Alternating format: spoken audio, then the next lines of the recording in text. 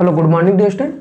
तो इस लेक्चर में हम लोग बात करेंगे किसके बारे में, पोटेंशियल ट्रांसफार्मर के बारे में, जिसकी सहायता से हाई लेवल के जो वोल्टेज हैं, जो एसी टाइप के वोल्टेज हैं, उनको मेजर करने के लिए हम क्या करते हैं, पोटेंशियल ट्रांसफार्मर का यूज करते हैं, या आप इसको ये कहते हैं कि जो आपका पोटेंशियल ट्रांसफार्मर है इसको आप स्टेप डाउन ट्रांसफार्मर भी आप कहते हैं। ठीक है, जो आपका पोटेंशियल ट्रांसफार्मर है इसको स्टेप डाउन ट्रांसफार्मर कहते हैं, और जो आपका सीटी है इसको आप स्टेप अप ट्रांसफार्मर कहते हैं। ठीक है, तो जो आपने देखा कि जो सीटी है इसकी जो सेकेंडरी साइड है वो आपकी क्या रहती है, शॉर्ट सर्किटेड रहती है, या आप उस साइड आपका है जो है कि एक एमीटर आप जो है कि जरूर कनेक्ट करते हैं। ठीक है, तो इसमें जो है कि आपका जो पोटेंशियल ट्रांसफार्मर है इसकी जो कंस्ट्रक्शन है, ठीक है, इसकी जो कंस्ट्रक्शन है ये या तो आपकी सेल टाइप की होगी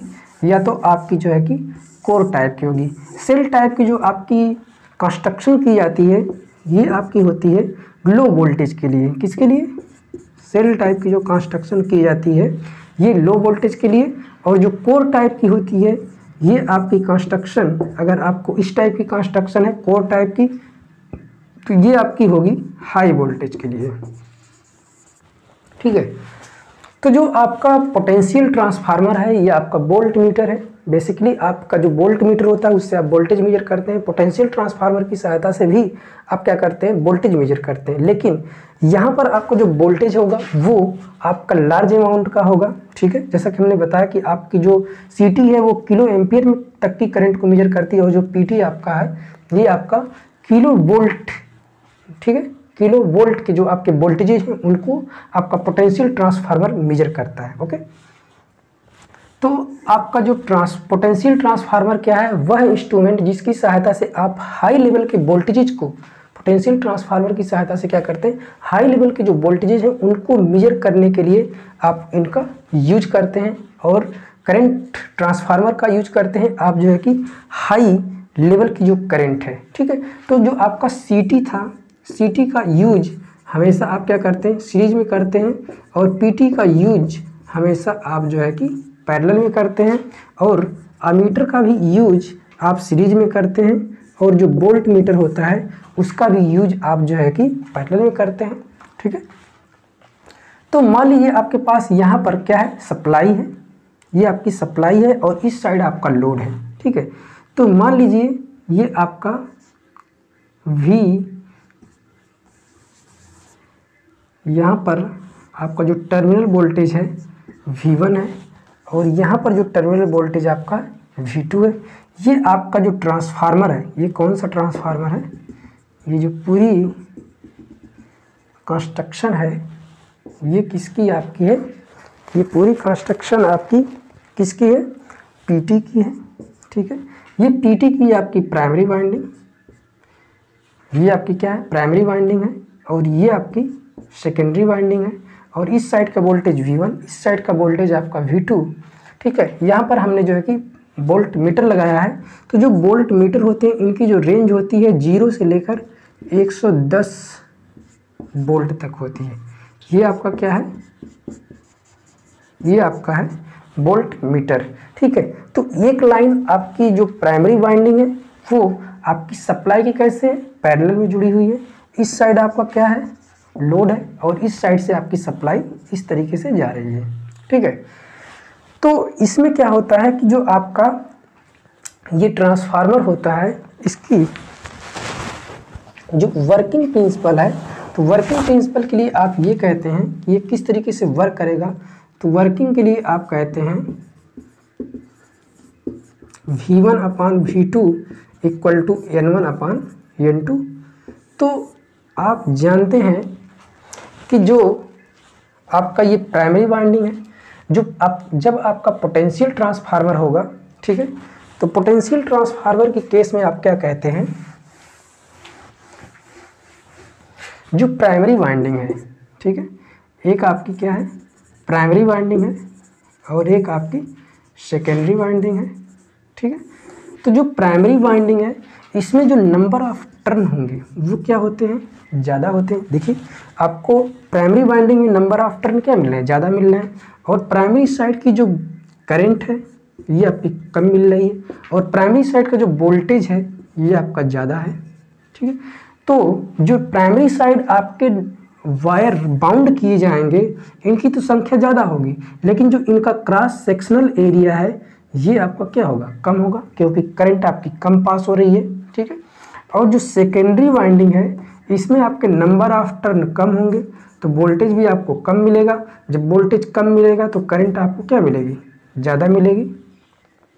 जब करंट आपको ज़्यादा मिलेगी तो इसका जो क्रॉस सेक्शनल एरिया ये भी क्या होगा, ज़्यादा होगा। ठीक है, तो ये आपका जो वाइंडिंग है उसका कुछ इस तरीके से अरेंजमेंट करते हैं। ठीक है, अगर इसके आप सिंबल की बात करेंगे तो सिंबल आपका बेसिकली इस तरीके से आपको सिंबल मिलता है इसका। ठीक है, ये आपका पीटी का सिंबल होता है, और सीटी का सिंबल हमने आपको बताया था इस तरीके से सीटी का सिंबल होता है। ठीक है, तो इस तरीके से हम क्या करते हैं, इसको पैरेलल में कनेक्ट करते हैं, और हम इस साइड इससे जो सेकेंडरी वाइंडिंग है इसमें हम क्या करते हैं, वोल्टमीटर लगाकर इजीली प्राइमरी साइड के इंड्यूस वोल्टेज को प्राइमरी साइड के वोल्टेज को सेकेंडरी साइड इंड्यूस करके हम मेजर कर लेते हैं कि प्राइमरी साइड का वोल्टेज हमारा कितना है। ठीक है, तो जैसे ये तो आपका हो जाएगा कंस्ट्रक्शन में कि आपका सेल टाइप का है और आपका कोर टाइप का है, और ये वर्किंग किस तरीके से वर्क करेगा, ये आपका करेगा V1/V2 = N1/N2। तो जिस साइड आपके नंबर ऑफ टर्न ज़्यादा होंगे उस साइड वोल्टेज आपका ज़्यादा होता है, और जिस साइड आपके नंबर ऑफ टर्न क्या होते हैं, कम होते हैं, उस साइड आपके वोल्टेज कम होते हैं। तो जब वोल्टेज जिस साइड कम होगा उस साइड करंट ज़्यादा होगी, जिस साइड करंट ज़्यादा होगी उस साइड का जो वायर आपका होगा वो मोटा वायर यूज किया जाएगा। ओके, तो मान लीजिए एग्जाम्पल के तौर पे हम देख रहे हैं कि एक हमारे पास क्या है, पीटी है। ठीक है, तो पीटी का जो आपका टर्न रेशियो दिया है, टर्न रेशियो ये मान लीजिए आपका दिया है 10,000 बाई आपका इतना। ठीक है, ये आपका क्या दिया है, टर्न रेशियो दिया है। क्या दिया है आपको, टर्न रेशियो। ठीक है, तो आपसे ये कह रहा है कि जो वोल्ट मीटर है ये क्या कर रहा है, आपको मेजर कर रहा है। मान लीजिए ये आपका मेजर कर रहा है 98.6 वोल्ट। आपके ये जो वोल्ट मीटर है इस पे आपका जो पॉइंटर है वो इतने पे आपका डिफ्लेक्शन शो कर रहा है। तो अब बताइए आपका कि जो प्राइमरी साइड वोल्टेज है, मतलब इसका लाइन वोल्टेज है, प्राइमरी साइड का वोल्टेज वो कितना है। तो आपको यहाँ पे दिया है N1 दिया है, N2 दिया है। ठीक है, N1 N2 ये आपको क्या दिया है, V2। तो आप इस फार्मूले को अप्लाई करके आप इजीली फाइंड कर लेंगे कि आपको क्या चाहिए, इतना डिवाइड बाई इतना 1 ये आपका हो जाएगा कितना 100, और आपको क्या दिया हुआ है यहाँ पर 98.6।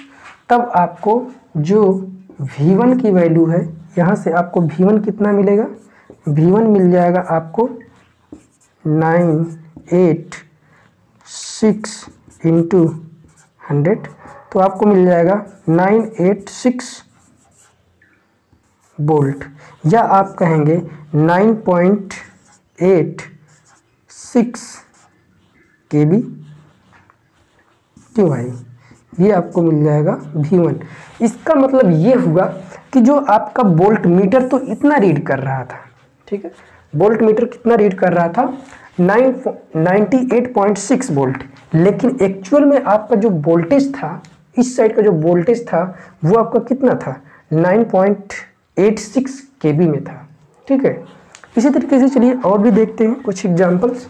जैसे मान लीजिए आपका ट्रांसफार्मर का जो टर्न रेशियो है यही है, और जो वोल्ट मीटर है वो रीड करता है कितना, मान लेते हैं जो वोल्ट मीटर है वो रीड करता है 87.6 वोल्ट।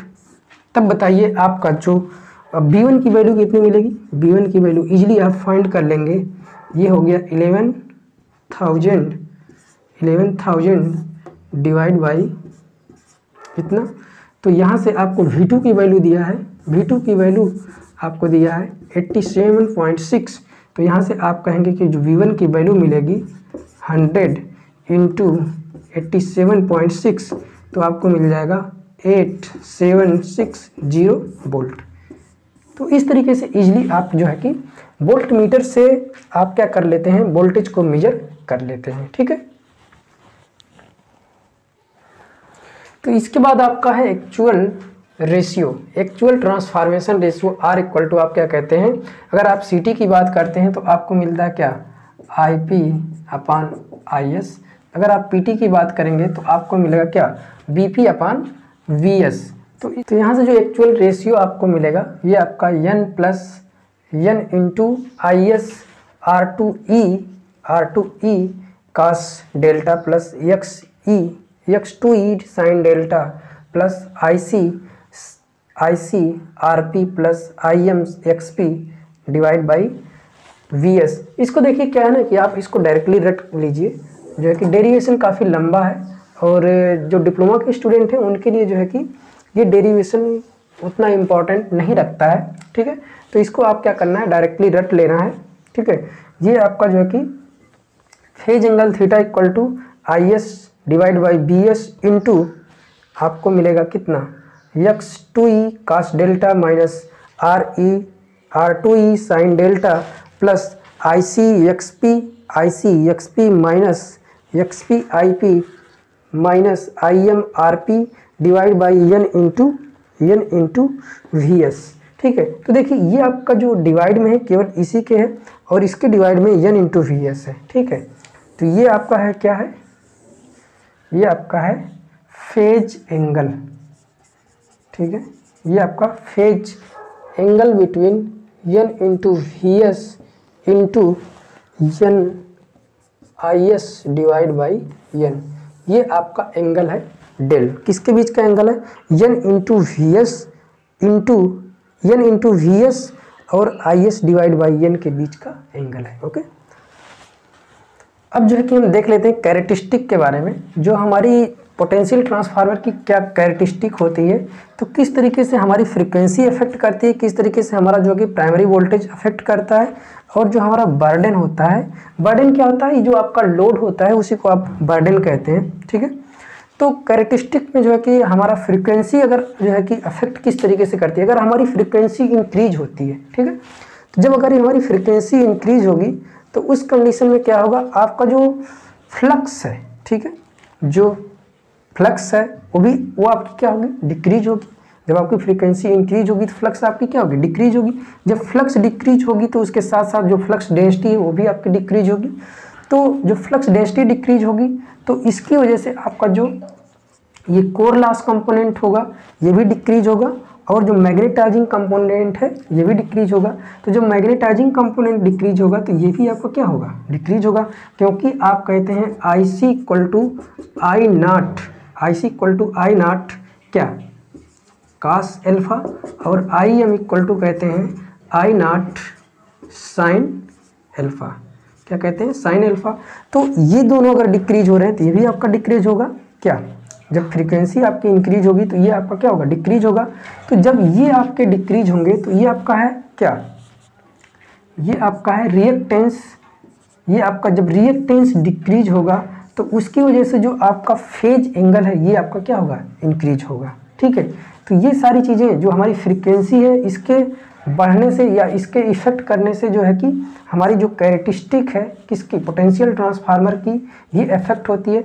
और प्राइमरी वोल्टेज का जो है कि कोई इफेक्ट विशेष नहीं पड़ता है। इसके बाद आपका है बर्डन। ठीक है, बर्डन क्या है, ये जो बर्डन है ये आपका जो रेशियो एरर है। ठीक है, बर्डन के बढ़ने से आपका जो रेशियो एरर है ये आपका बढ़ता है। रेशियो एरर क्या है, percentage ratio error equal to आपको मिलता है क्या, ये आपका है ट्रांसफॉर्मेशन रेशियो। इसी को आप क्या कहते हैं, एक्चुअल ट्रांसफॉर्मेशन रेशियो। इसको आप एक्चुअल ट्रांसफॉर्मेशन रेशियो कहते हैं। और के आपका है नॉमिनल ट्रांसफॉर्मेशन रेशियो। तो जब आपका बर्डन इंक्रीज होगा तो उसकी वजह से जो रेशियो एरर है ये भी आपकी क्या होने लगती है, इंक्रीज होने लगती है। इसके बाद आपका है पावर फैक्टर। तो पावर फैक्टर अगर आपका डिक्रीज होता है, ठीक है, तो जो सेकेंडरी सर्किट है ये जो आपकी क्या करती है, सेकेंडरी सर्किट का अगर पावर फैक्टर आपका डिक्रीज होता है तो आपका जो आर है, आर क्या है आपका यहाँ पर, आर आपका है नॉमिनल रेशियो। आर क्या है आपका, आर जो है आपका नॉमिनल रेशियो है। आर आपका क्या है, नॉमिनल रेशियो है, ठीक है। और ये क्या है आपका एक्चुअल ट्रांसफॉर्मेशन रेशियो। के एन आपका क्या है, एक्चुअल ट्रांसफॉर्मेशन रेशियो। ये आर आपका क्या है, नॉमिनल रेशियो। तो जब आपका सेकेंडरी सर्किट का पावर फैक्टर डिक्रीज होगा तो जो आपका ये है ये इंक्रीज होगा। तो जब ये आपका इंक्रीज होगा तो आपका जो सेकेंडरी साइड का जैसे वोल्टेज आपका डिक्रीज होगा तो उसकी वजह से आपका जो ये है नॉमिनल रेशियो ये इंक्रीज होगा। अब ये कहेंगे आपको जब इस साइड का वोल्टेज, सेकेंडरी साइड का वोल्टेज डिक्रीज होगा या आपका जो है कि पावर फैक्टर डिक्रीज होगा तो उसकी वजह से आपका जो नॉमिनल रेशियो है ये आपका क्या होगा, इंक्रीज होगा। ओके।